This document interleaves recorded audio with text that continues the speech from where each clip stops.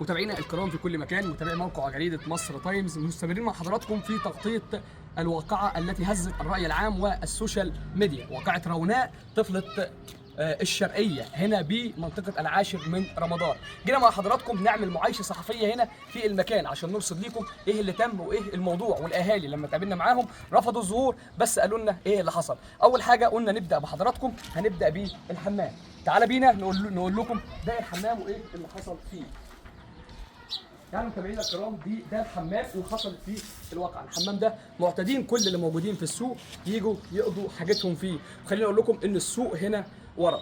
دخلت روناء الحمام بعد ما استأذنت من والدتها، قالت لها يا امي انا عايزه اروح الحمام. طبعا روناء بنت ال8 سنوات كانت عارفه الحمام هنا لانها جت مع امها مره واثنين وثلاثه، وطبعا علشان هو في ظهر المسجد امها مطمنه لانه في ظهر السوق. جت روناء دخلت الحمام بتقضي حاجتها عادي جدا كما روى الاهالي المنطقه. دخلت وخلاص قضت حاجتها وهي خارجه، جالها خيري وفي ايده سكينه يبلغ من العمر 30 عام. دخل بالسكينه عليها وحطها على رقبتها. طبعا الكل لما عرف قال هو ممكن يكون هيخطفها، لكن هو ما خطفهاش. هو دخل وحط السكينه على ظهرها هنا من داخل هذا الجدار، حط السكينه على رقبتها وكان عايز ينهيها. قال لها لو اتكلمتي هموتك، وفعل فيها الفعله الفحشاء اللي حضراتكم عارفينها. انا مش هقدر اقول كلام قاسي، لكن كلكم من خلال رواد مواقع التواصل الاجتماعي شفتوا اللي اتقال واللي اتعمل. دي كانت التفاصيل بشأن الحمام. خليني اقول لكم بعد ما عمل كده وهو لافف ظهره وخارج، طبعا كان في ست واقفه هتدخل بعده، لكن خليني اقول لكم فتح الباب وخرج، والست جايه تدخل لقيت البنت نايمه على ظهرها ومش قادره تقوم ولا قادره تتعدل. خدته كده سحبته كده بايدها وبدات تصرخ، فبدات الناس تيجي وتحضر. وهنا في المكان ده متابعينا الكرام خليني اقول لكم ان هنا في هذا المكان طبعا الراجل اتمسك في المكان ده، وبدا راجل صعيدي بعمه مسك الجزمه ونزل ضرب فيه على راسه. كلكم شفتوا الفيديو على مواقع التواصل الاجتماعي. خلينا اكمل بحضراتكم.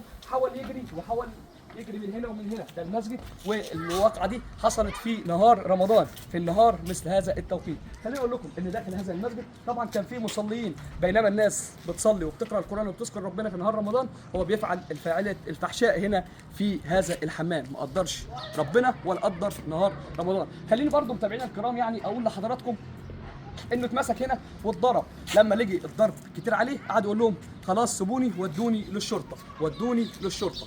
ده الكلام اللي هو قاله. وخليني اكمل لحضراتكم برضو في صلب هذا الحديث. بعد ما قال كده، بعد الناس ما هديت وهدت الضرب عليه، قال لهم عشان خاطري ما تودونيش للشرطه، علشان خاطري انا مش محتاج اروح للشرطه، الشرطه ممكن تموتني هناك. يا جماعه ما تودونيش للشرطه عشان خاطري، عشان خاطري. امه عرفت الموضوع وجت جري قالت انا ابني معاه معامله شهاده اطفال، معامله شهاده اطفال، مع بدل الكارنيه 2. ابن مصدوم وما يعرفش يعمل اكتر من كده. وخد الضرب وهي بتشيل من عنه، الناس كانت بتضرب فيه، فبدا الضرب يجي على الام. ده الكلام اللي رواه اهالي المنطقه هنا بمنطقه العاشر من رمضان بمحافظه الشرقيه. نزلنا مع حضراتكم عشان نعمل معاكم المعايشه دي. وام روناء قالت انا كنت جايه لبنتي ومفكره ان هو جاي لها الحمام وماسك لها السكينه علشان ينهي حياتها وياخد اعضائها، او ممكن يكون هو هدفه ان هو يخطفها.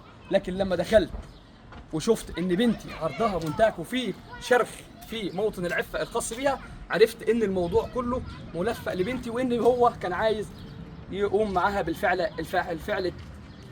الفاحشه. خليني استكمل لحضراتكم تحقيقاته في النيابه. قال فيها يا جماعه، قال لجهات التحقيق ان هو مراته زعلانه منه بقالها فتره، وان هو كان محتاج يعمل ده مع حد تاني، فقام بهذا الامر داخل هذا الحمام. متابعينا الكرام دي كانت التفاصيل الاولى والحصريه بشان الواقعه هنا من مسرح الجريمه.